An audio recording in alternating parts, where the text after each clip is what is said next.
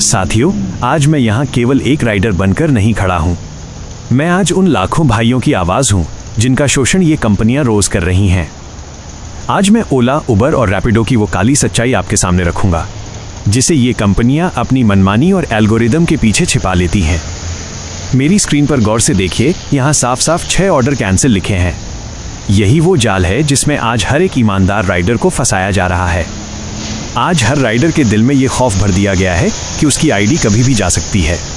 Company बिना किसी जांच के, बिना किसी वार्निंग के सीधा आपकी आईडी बंद कर देती है। जिन भाइयों की आईडी सस्पेंड हुई है, उन्होंने मुझे फ़ोन करके रोते हुए अपनी कहानी बताई। कंपनी ने उन्हें अपनी सफाई देने का एक मौका तक नहीं दिया, जबकि उनका घर इसी से चलता था। अब मैं आपको सबूत दिखाता हूं कि ये 6 कैंसिलेशन आखिर हुए कैसे। तारीख 14 को देखिए, कस्टमर ने अपनी मर्जी से 2 राइड कैंसिल की। तारीख 15 को 3 राइड कैंसिल हुई, जिनमें से 2 कस्टमर ने की और सिर्फ 1 मैंने। तारीख 16 को भी 1 राइड कैंसिल हुई, वो भी कस्टमर की तरफ से ही थी। अब आप खुद हिसाब लगाइए, 6 में से 5 कैंसिलेशन तो कस्टमर ने किए हैं। तो फिर सिस्टम में मेरी गलती 6 क्यों दिखाई जा रही है? इसमें मेरा क्या कसूर है? एक जगह तो मैं लोकेशन पर पहुंचकर 10 मिनट तक खड़ा कस्टमर का इंतजार करता रहा। उसके बाद कस्टमर ने राइड कैंसिल कर दी और कंपनी ने मुझे हर जाने के नाम पर सिर्फ 10 रुपए दिए। क्या 10 रुपए में हमारा पेट्रोल, हमारा कीमती वक्त और हमारी मेहनत की भरपाई हो सकती है? सबसे बड़ी समस्या ये है कि कस्टमर कभी भी सही लोकेशन पिन नहीं करता। वो बस अंदाजे से बुक कर देता है और लोकेशन 500 मीटर या आधा किलोमीटर दूर दिखती है। जब हम उस पिन लोकेशन पर पहुंचकर फ़ोन करते हैं तो कस्टमर उल्टा हम पर चिल्लाता है। वो कहता है, मैं यहाँ खड़ा हूँ, तुम गलत जगह हो, यहाँ पर आओ। जब हम उसे समझाते हैं कि हम मैप के हिसाब से आए हैं तो वो कहता है, कैंसिल कर दो।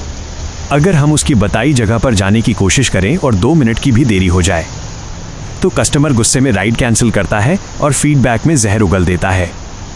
वो लिख देता है कि राइडर एक्स्ट्रा पैसे मांग रहा है या लोकेशन पर नहीं आ रहा। कंपनी का सिस्टम इतना अंधा है कि वो बिना हमारा जीपीएस चेक किए उसे सच मान लेता है। कंपनियों को चाहिए कि वो कस्टमर को नोटिफिकेशन भेजकर सिखाएं कि सही पिन कैसे लगाया जाता है। हम हाड़ कपाने वाली ठंड में निकलते हैं, तपती धूप में जलते हैं और ट्रैफिक का धुआं खाते हैं।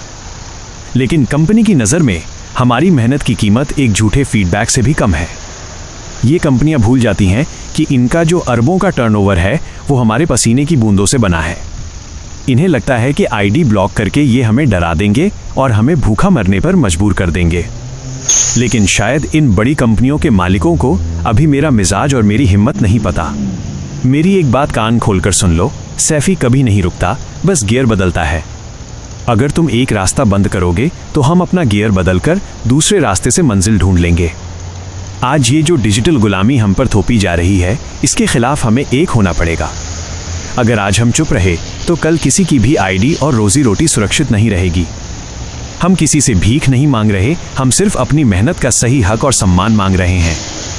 अगर गलती कस्टमर की है या सिस्टम की है तो उसका खामियाजा ड्राइवर क्यों भुगते?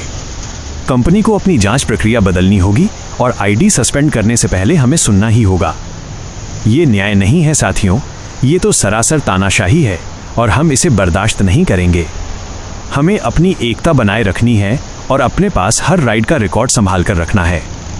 याद रखिए, हम मेहनत के दम पर दुनिया को अपनी बाइक पर घुमाते हैं, किसी के रहम पर नहीं। आज मैंने अपनी आवाज़ उठाई है, कल आप सबको भी मेरे साथ कंधे से कंधा मिलाकर आना होगा, क्योंकि जब तक हम चुपचाप सहते रहेंगे ये सिस्टम हमें ऐसे ही कुचलता रहेगा। अब वक्त आ गया है कि इन कंपनियों को एहसास कराया जाए कि राइडर ही इस सिस्टम की रीढ़ है। इस वीडियो को इतना शेयर करें कि ये हर राइडर भाई तक और कंपनी के दफ्तर तक पहुंचे। अगर आपके पास भी ऐसी कोई आपबीती है या कोई सुझाव है तो कमेंट में ज़रूर लिखें।